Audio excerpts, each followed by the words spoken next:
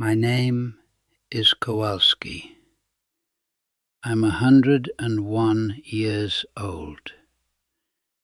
My father was a mathematics professor who could fill a blackboard with equations and make me fly on his shoulders.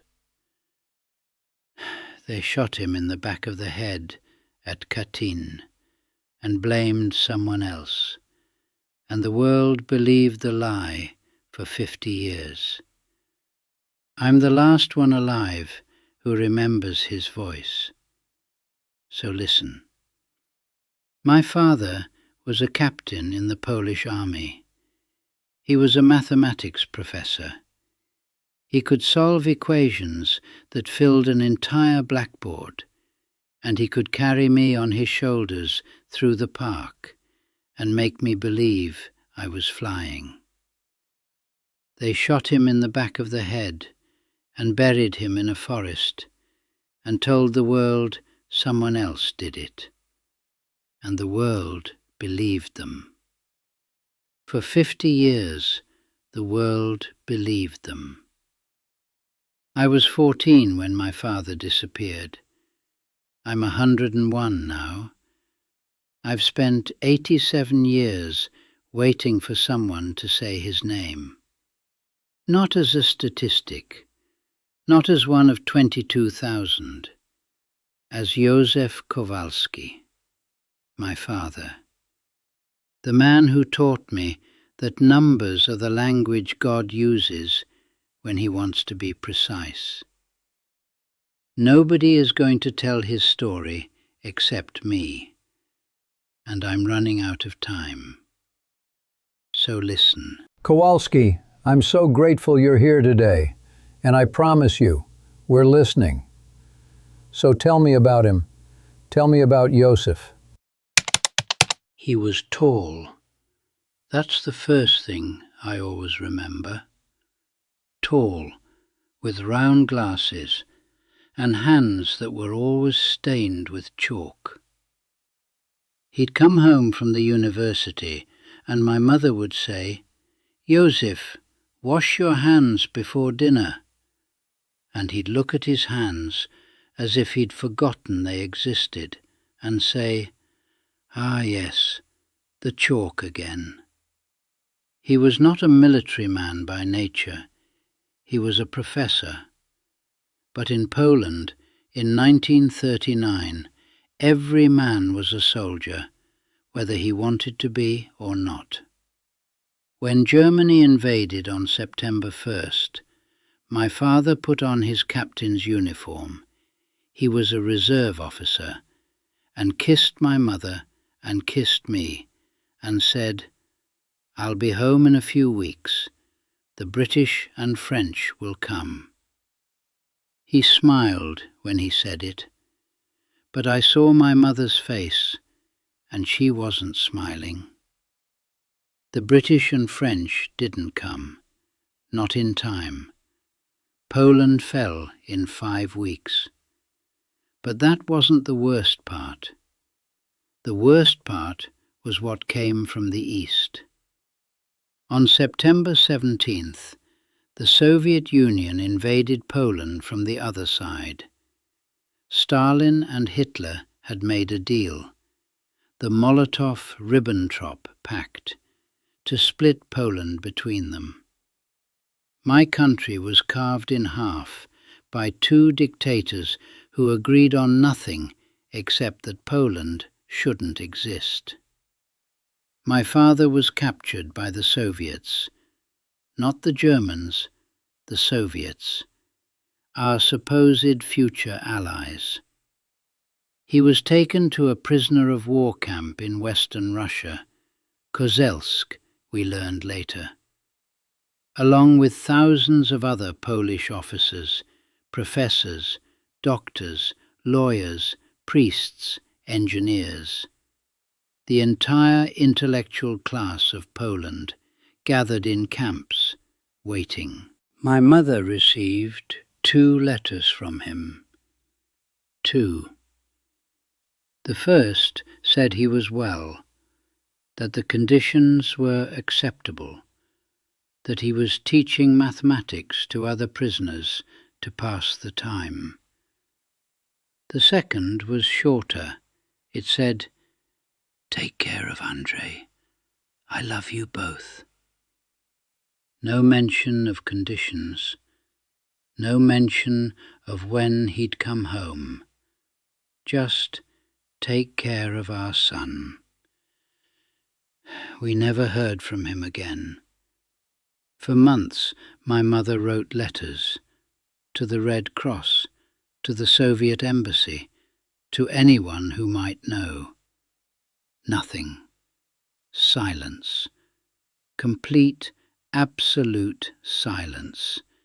As if my father had never existed. As if the earth had simply opened and swallowed 22,000 men and closed again. In April 1943, the Germans announced they had found mass graves in Katyń forest. Thousands of bodies. Polish officers, shot in the back of the head, hands tied behind their backs with rope. Some had been gagged. Some had sawdust stuffed in their mouths. They'd been executed with German-made Walther pistols, but using German ammunition was part of the Soviet calculation.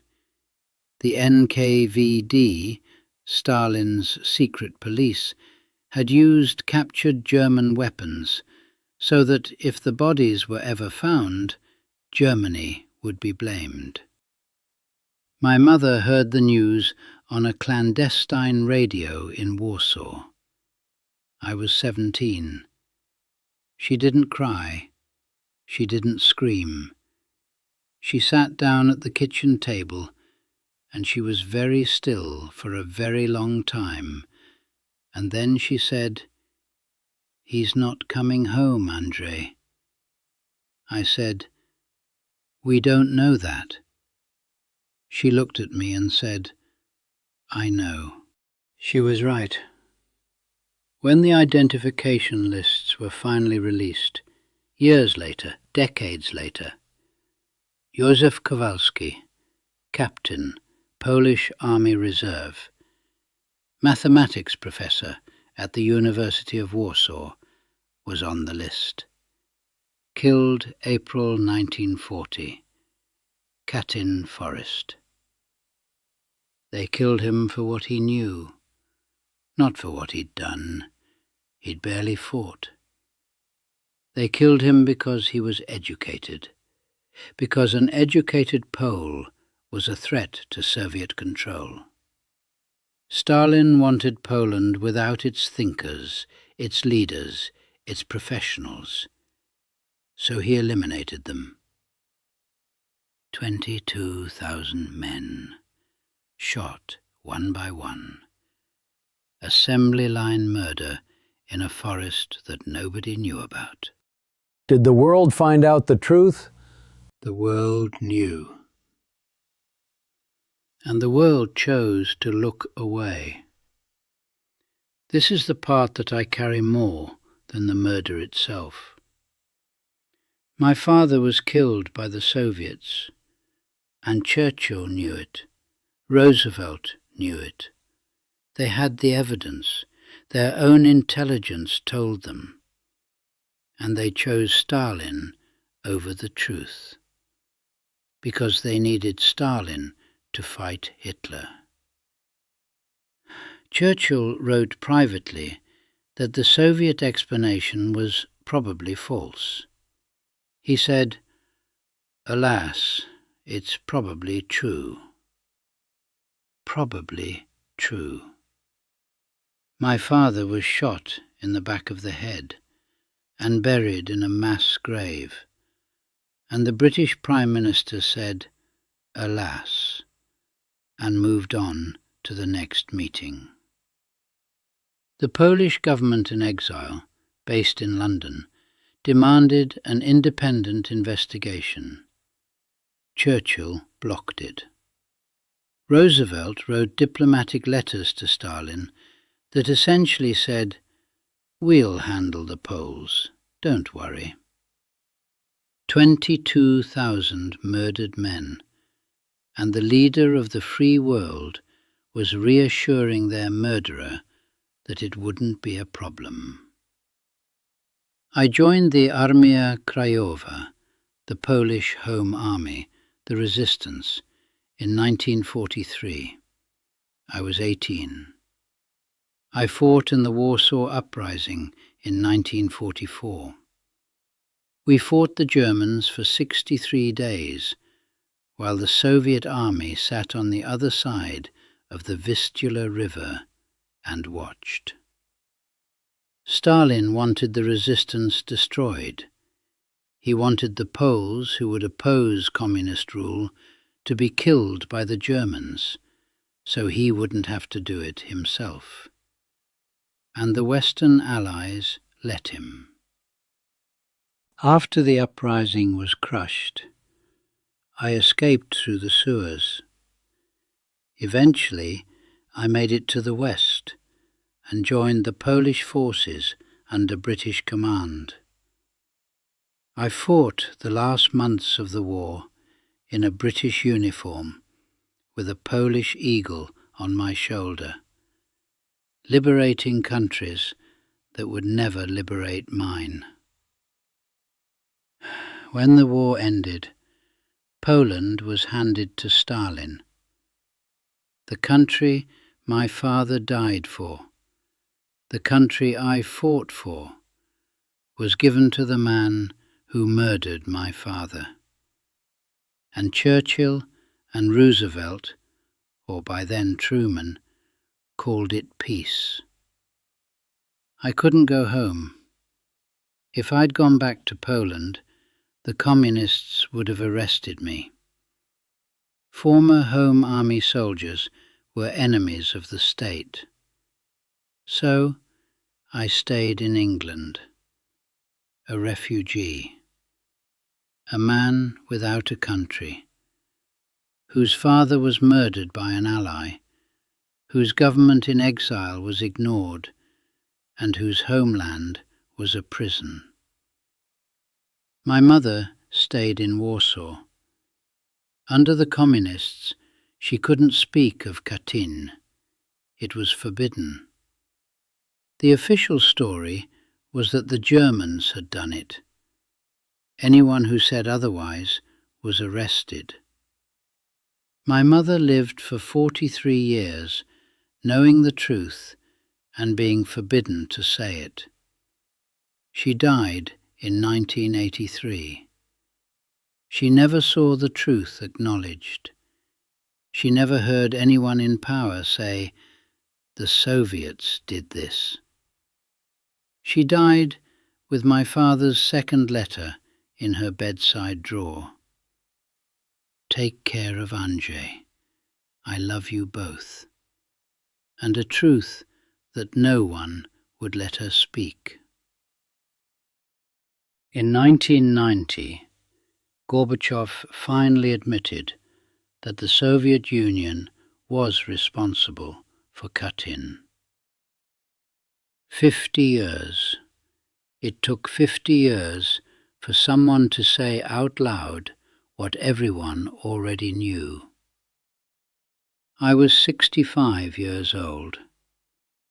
I was sitting in my flat in London, and I heard it on the BBC, and I put my head in my hands and I wept.